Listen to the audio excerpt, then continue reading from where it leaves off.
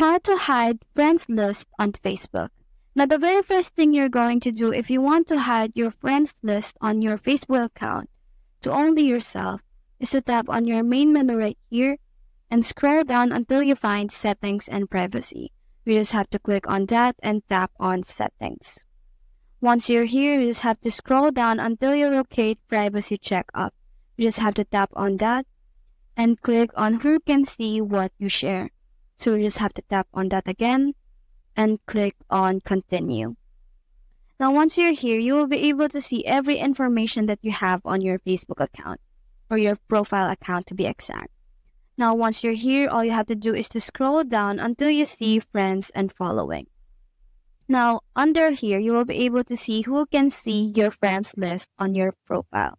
So, in order for you to hide your friends list on your Facebook account, all you have to do is tap on this one right here and make sure that it's specified to only me right here.